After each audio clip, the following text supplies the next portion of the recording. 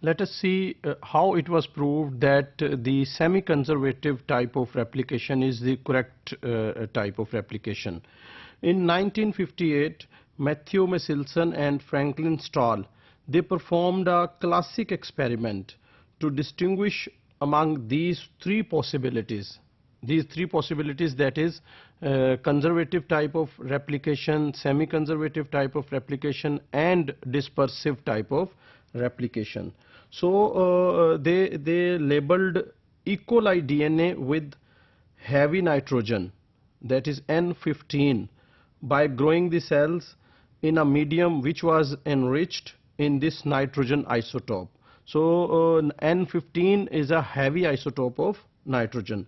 They grew E. coli cells in a medium which contained N15 instead of normal nitrogen, which is N14. So by this they actually wanted to label all the DNA of E. coli with this heavy nitrogen, because DNA contains nitrogen. So all the nitrogen in newly synthesized DNA, that is labeled with N15. So in this way, after several generations, after this culturing, the DNA was denser than the normal DNA, because it contained heavy nitrogen instead of normal nitrogen. Then they switched the cells to an ordinary medium that contained primarily normal nitrogen, that is N14. So they grew the cells in this normal media for various lengths of time, so that at various stages they can see how much new DNA has been synthesized and what is the proportion of N14 and N15 in the newly synthesized DNA molecules. Finally, they subjected the DNA to density gradient centrifugation. This is a type of centrifugation which is based on density gradient, density difference, and they performed this centrifugation to determine the density of DNA at different time intervals. As you can see in this experiment, how they proved that semi-conservative type of replication is the correct replication. So they performed this experiment. In this experiment, they first grew bacteria, E. coli, and this medium contained N15. So after several generations, they took the DNA and then centrifuged. After centrifugation, they observed that all the DNA contained N15, that is, the DNA was heavy DNA. So here you can see this is the DNA which contained nitrogen, which is N15, and there was no any nitrogen containing N14. So after growing the cells in this media, they switched the cells to a normal media, and the normal medium contained N14, which is normal nitrogen. So they allowed the cells to grow in this media for some time, so that the DNA replication can take place and new DNA molecules may form.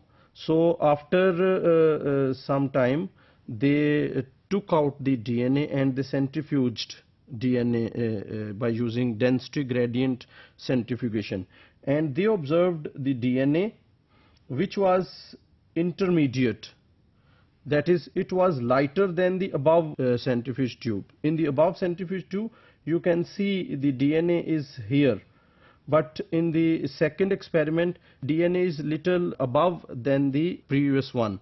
So it means in this stage, in this cycle of replication, new DNA strands have been synthesized, and the new strands, which you can see the lighter blue color in this DNA molecule, these are made up of N14, normal nitrogen. So this DNA becomes slightly lighter in density than the parental one. In the third experiment, they kept on growing the cells in the same media which contained N14, that is normal nitrogen. So they grew the bacteria for another generation, so that this DNA may go through another cycle of replication. So in this after this replication, you can see these two molecules, they contain one parental strand each. All other DNA molecules, they contained new strands which have N14 instead of N15. So here you can see N14 and as well as N15. So when they centrifuged the DNA, they found two bands, one of lighter DNA, that is which contained N14, and the other one of hybrid DNA which contained N15 and N14. So this one and this one, these molecules are hybrid DNA, which you can see here, and these two, this and this, they are lighter DNA, they contain N14. So in this way they proved that semi-conservative type of replication is the correct type of replication in DNA.